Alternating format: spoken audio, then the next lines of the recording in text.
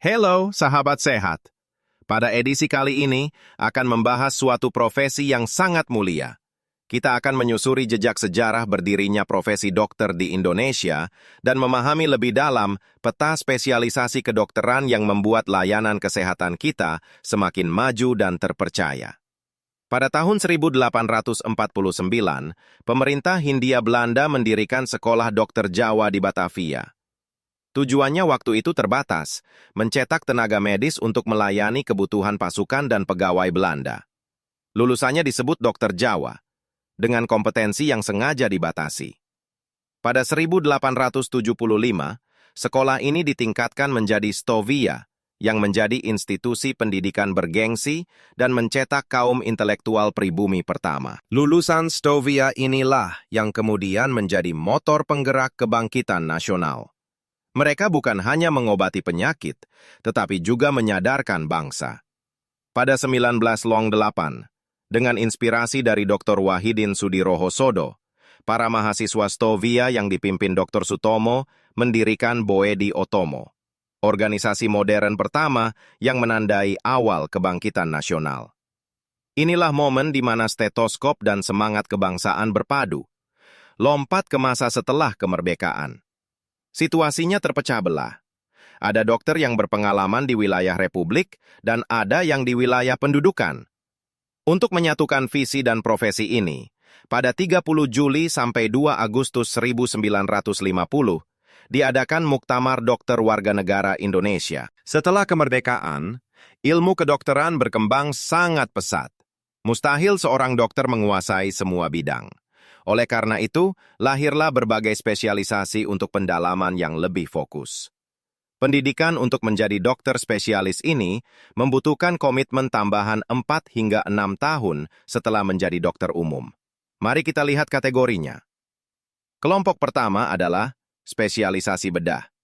Para ahli yang menangani penyakit dengan tindakan operasi. Di antaranya terdiri dari SPB, Spesialis Bedah, menangani organ dalam seperti usus dan hati.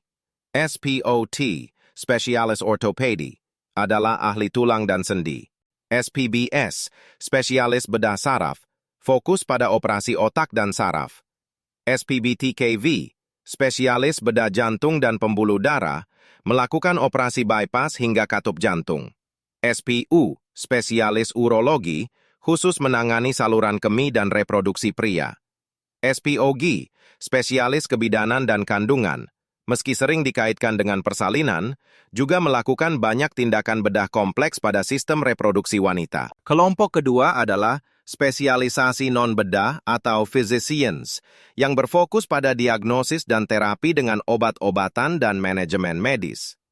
Yaitu SPPD, Spesialis Penyakit Dalam, adalah dokter ahli diagnosis untuk penyakit kompleks pada dewasa, dan memiliki banyak subspesialisasi seperti jantung, paru, dan ginjal.